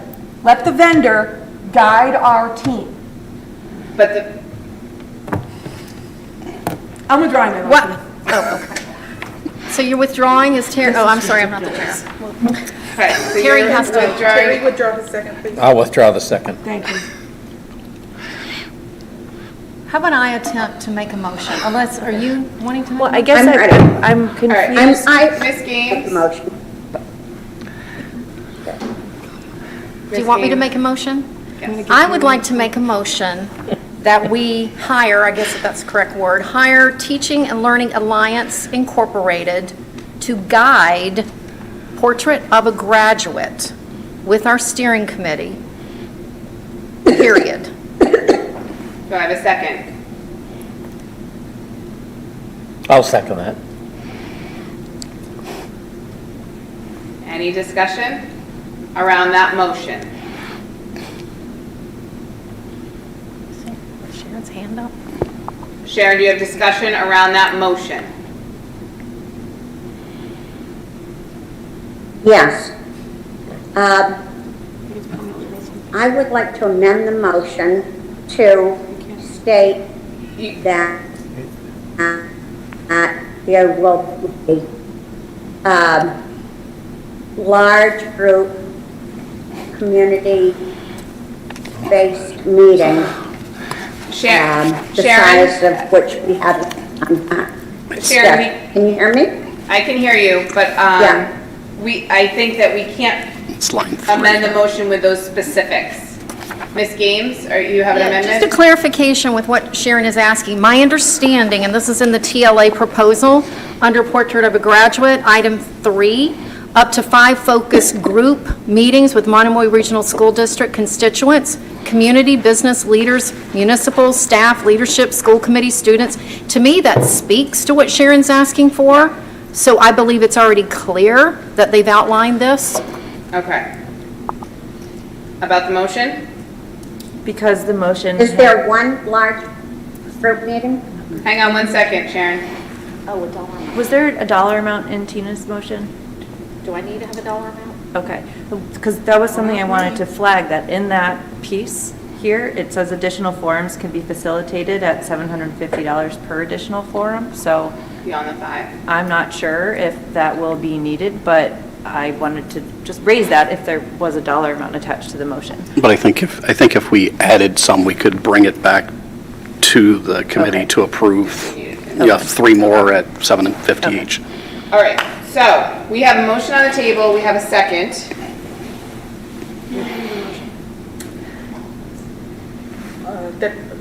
Tina's motion was that, Tina's motion was that they hire TLA to guide the Portrait of a Graduate process with the steering committee. And Terry second.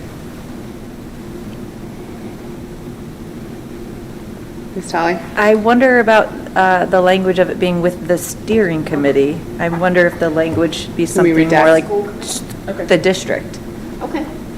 We change So I- that to the district? So I will amend it and hire, let me go back again. So I move, or I will revise it, to hire Teaching and Learning Alliance Incorporated to guide Portrait of a Graduate process with the Monomoy Regional School District. We need to re-second. No, I would like a second on that. A re-second? I will second that new amendment to the original motion. Okay. Roll call vote, Ms. Stout?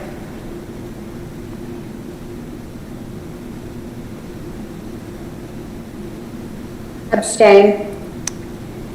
Ms. Tully? Aye. Ms. Gaines? Aye. Mr. Russell? Aye. Ms. Zebrat Long? No. And I am an aye. It passes. So, TLA will become our facilitator for Portrait of a Graduate.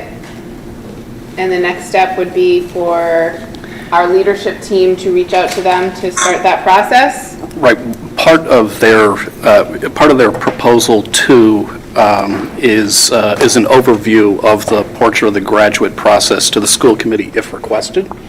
I think we should request that. Okay. Ms. Holly? Can I add something?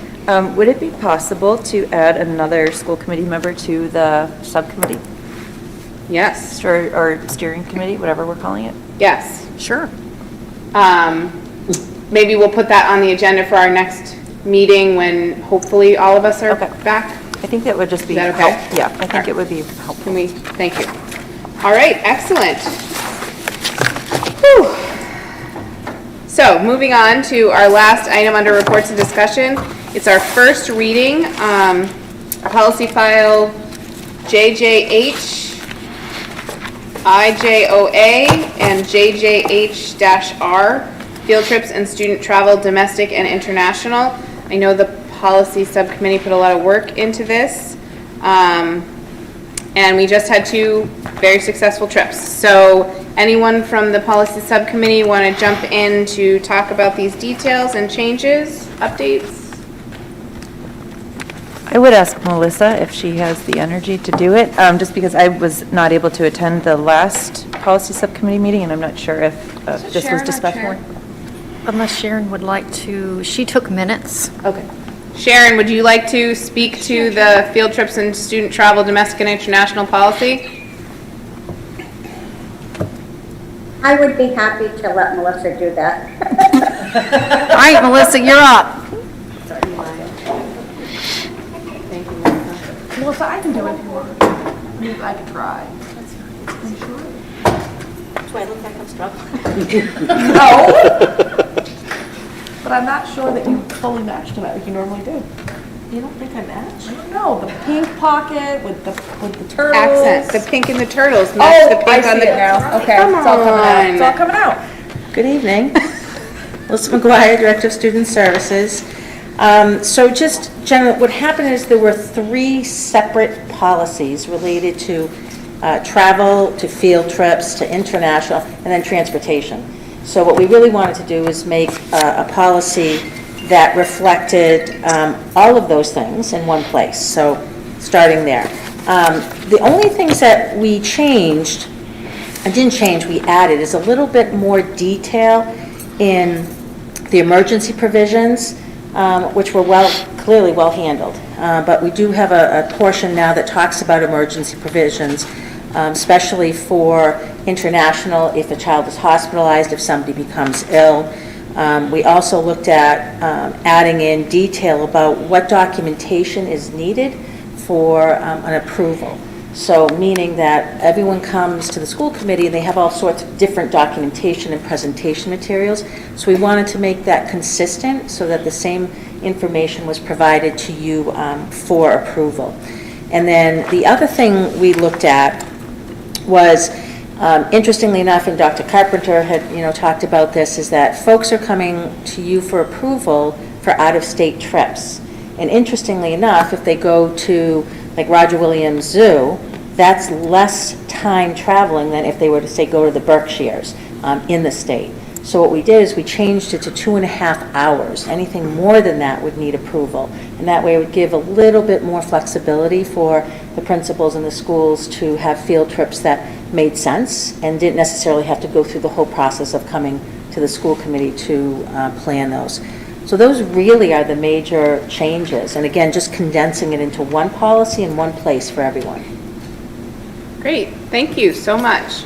Any comments, questions? Dr. Carpenter? I still think that anytime Sandy Hansen has a field trip, we will still require her to come and give a presentation, though. I'm hoping those kids come back and report out.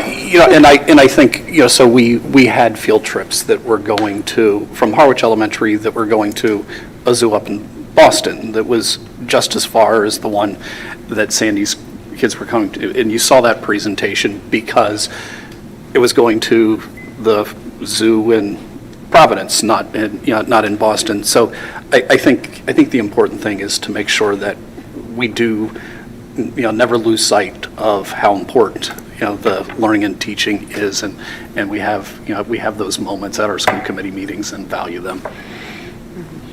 That's great. All right, so we will move that to the next meeting for a second reading. And moving on, no subcommittee representative or liaison reports tonight, so we'll move right into Dr. Carpenter's report. Okay, just a few things. Well, I have a long list of recognitions. First, we'd like to thank the Friends of Chatham Waterways for their environmental education grant in the amount of $580, which was awarded to Catherine Kane at our middle school. Thank the Mass Cultural Council for their grant in the amount of $3,400 to support the Mass Audubon program at the middle school for the fall of 2021. We'd like to thank the All Sports Booster Club for their check in the amount of $1,511.09 to support Monomoy athletics. And then acknowledge that our high school senior Yuzhang Zhao was recently named the winner of the Daughters of the American Revolution Good Citizen Award and Scholarship Contest for the Cape Islands and Massachusetts East Coast region. As a national finalist, Yuzhang will now be considered for the Daughters of the American Revolution's top honor. A special thanks to the spouses of two Harwich elementary teachers who came to the rescue when an abandoned septic tank was discovered during the installation of the community playground behind Harwich Elementary. Nothing like derailing the process, then getting a phone call that it's like, oh, under the old playground was just an abandoned tank. And it's one of these, you'd like to just say, well, you've got an excavator, just pound it in and, let's go. But because it's an abandoned tank, it was an empty abandoned tank. There's a whole process that has to happen. And luckily we have two parents that work with Robert Our company and gave up their Saturday. This Chris Cleary and Keith, I'm going to butcher his last name, Vazdaskis, to come and take care of the tank issue. There was a lot of permitting and working with the town. It's like you have the health boards comes into play anytime you're dealing with the septic tank, even if it's abandoned many, many moons ago. So thank you for their time in getting us beyond that and getting the playground project continuing move along. Lastly, as part of their unit on the finest hours, the Monomoy Regional Middle School students conducted hero interviews with local first responders, medical providers, local state representative, and created projects honoring them, and they showed off their projects at the Community Hero Reception at the Chatham Community Center on Wednesday, April 27th. So many thanks to Chatham Park and Chatham Village Market for donating treats to these students and guests to enjoy. And then, last thing, just before I was sharing with folks, before this meeting, I had the joy of having my daughter, who's a senior here, go and do her college commitment thing and pay, and little did I know that, that all these years later that she would follow in Nancy Scott's footsteps and head off to be a Georgia Bulldog. But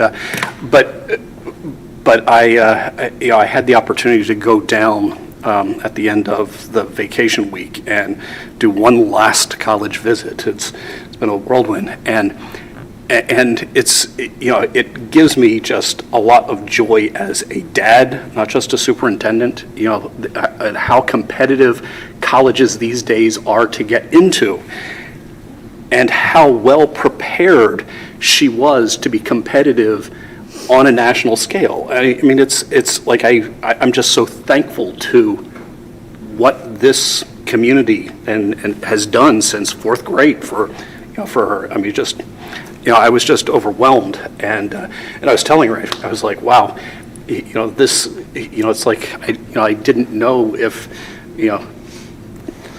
9 years ago would we be at this place, but anyway, it's just quite impressed with where we've come and how well, as a dad, she's been prepared. In terms of COVID.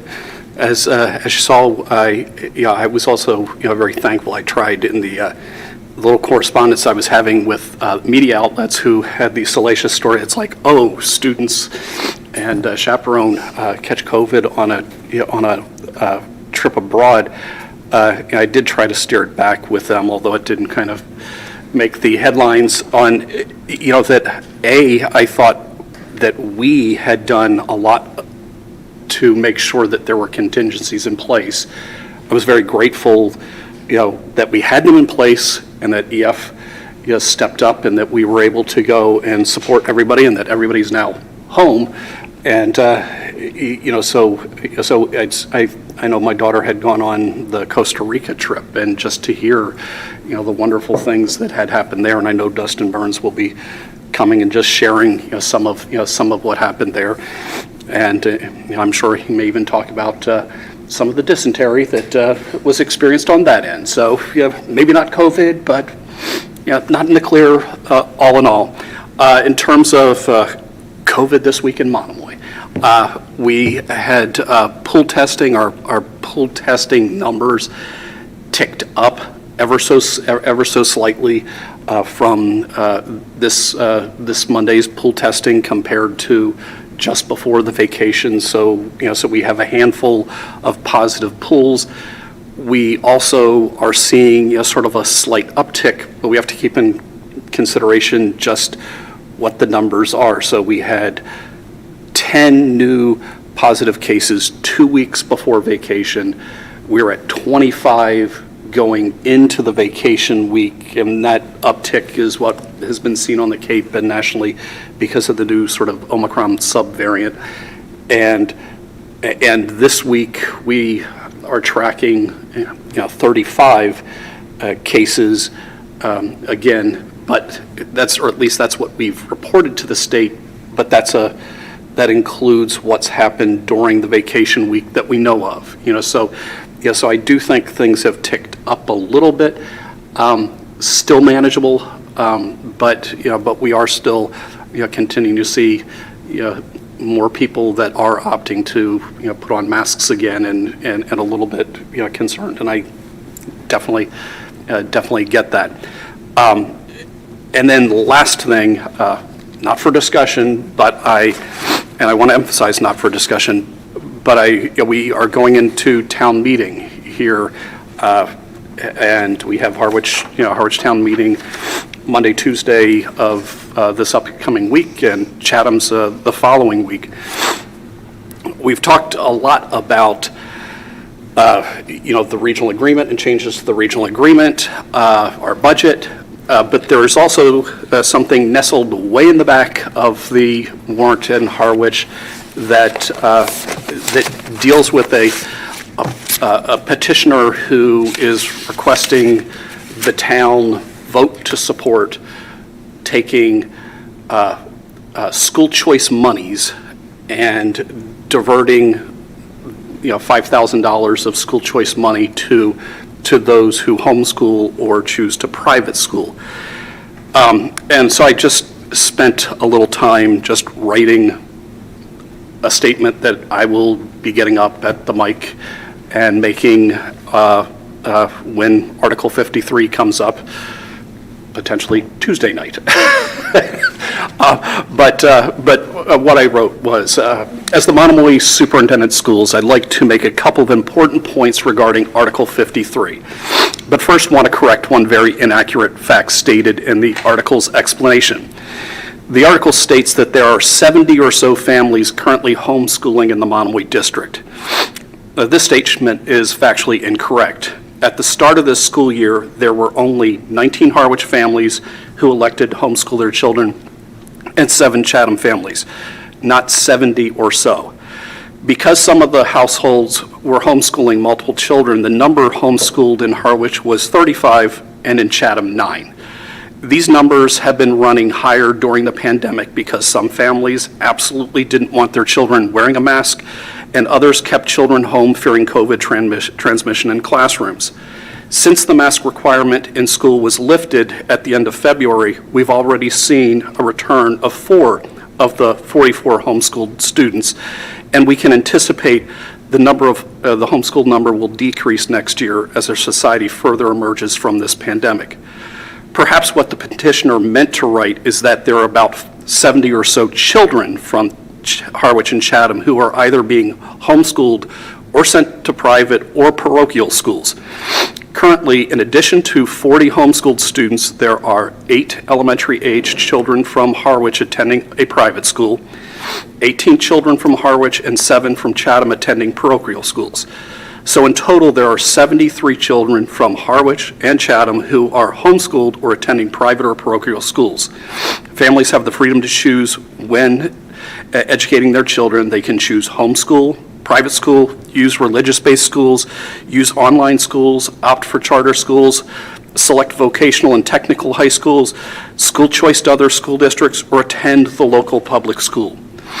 The petitioner wishes to have state law amended to have parents of these 70 children receive $5,000 of taxpayer money per child because they choose not to use the public school system. Only 4.9% of Harwich and Chatham families opt to homeschool or send their children to private or parochial schools. Statewide, the rate at which families are electing these alternative educational options is almost double what it is here at Monomoy. The financial impact of this article on Monomoy would be to have the school district budget reduced by $365,000, which would mean the district would have about 5 fewer teachers.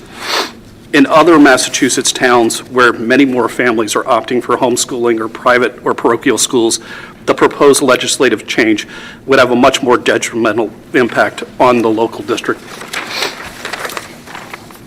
The article doesn't improve your local schools, it detracts from them. It is in every Harwich homeowner's interest for Monomoy schools to be strong and remain strong because the quality of your local schools impacts the value of your home if you choose to sell it in the future. My youngest graduates this year from Monomoy and will be attending an extremely selective college and was admitted because of the quality of education she received here at Monomoy. My oldest will be entering his 3rd year at the U.S. Air Force Academy and got into the academy because of the quality of education he received at Monomoy. When families are looking to buy a home, an important part of their calculus is whether the home is in a community where the local school system will prepare their child for success in life. That's what you have with Monomoy. My biggest concern with the article is that it runs contrary to what I believe and many believe is considered a societal common good. We face a choice here in Harwich, in Massachusetts, and across our country between becoming a society where we all pay a little to support the common good or become a more contentious society where groups fight to protect their individual interests. We may not all agree on what is considered the common good, and many may value some components of the common good more than others, but here are a few things that many consider universally important. Affordable housing, adequate food, safe drinking water, access to health care, effective public safety, world peace, just legal and political systems, unpolluted natural resources, safe and maintained roadways, a flourishing economic system, and finally, a free educational system where all children are provided a foundation for success in life. This article seeks to take away from the common good of a free public school system and divert it to a few who feel they are not gaining a benefit from public schools. As I mentioned, my youngest graduates this year from Monomoy. Like most at town meetings, I will not have any children using our local school system next year. Should I or we at town meeting be requesting a $5,000 refund from the state because we don't use school services? Or should we understand that taxes support the common good of a quality public school system? I've not had to call 911 for the last 9 years that I've been living here, so should I be given a refund for or understand that my tax dollars have been supporting the common good of having a responsive police, fire, and emergency and medical services? There are a lot of roadways in our towns that I've never driven on. Should I be given a refund for a portion of the cost to pave and plow them, or understand that my tax dollars are supporting that aspect of the common good? I could go on and on about the public services I don't use but pay for as part of our community's common good. But in the end, the article's about being part of a community and supporting the common good, not eroding the common good, and setting us on a path of acting only in self-interest. I strongly encourage those to protect the common good, protect the local schools, protect property values, and to vote against the article. Thank you, Dr. Carpenter. Does anyone have questions or comments for Dr. Carpenter not related to his comments about Article 53? Anything before that? Recognitions? COVID? Okay. So, moving on, we just have a few action items. We are bringing back the policy file JICFB, Bullying Prevention and Intervention, for a second read. Do I have a motion?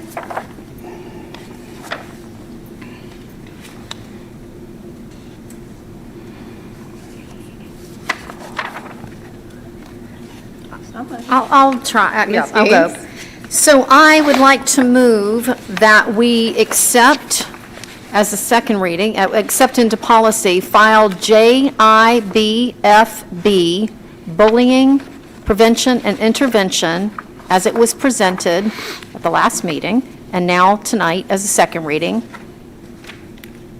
I have a second? I'll second that. Any discussion? Roll call vote. Ms. Stout? Aye. Ms. Tolley? Aye. Ms. Gaines? Aye. Mr. Russell? Aye. Ms. Seabrat Long? Because I'm on the policy subcommittee and there were no changes, aye. And I am an aye. Oh, right. Okay, moving on. Declaration of surplus for Harwich Elementary and Monomoy High School and the athletics. Do I have a motion? I'll do it. Ms. Seabrat Long? I think, if I remember correctly, we can move it as a one. I move to approve the declaration of surplus as presented in our packet. I would second that. And roll call vote. Ms. Stout?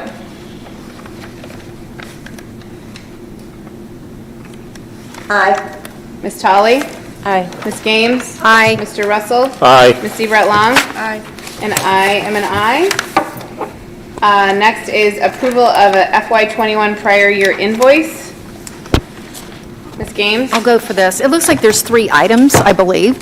I would like to move an approval of an FY21 prior year invoice for the Cape Cod Collaborative for the following 3 items: athletic trips at the Monomoy Middle School in June of 2021 in the amount of $376.18, and also for 2 field trips at Monomoy Middle School in June of 2021, one in the amount of $860.08, and the other in the amount of $173.86, for a total of $1,236.26.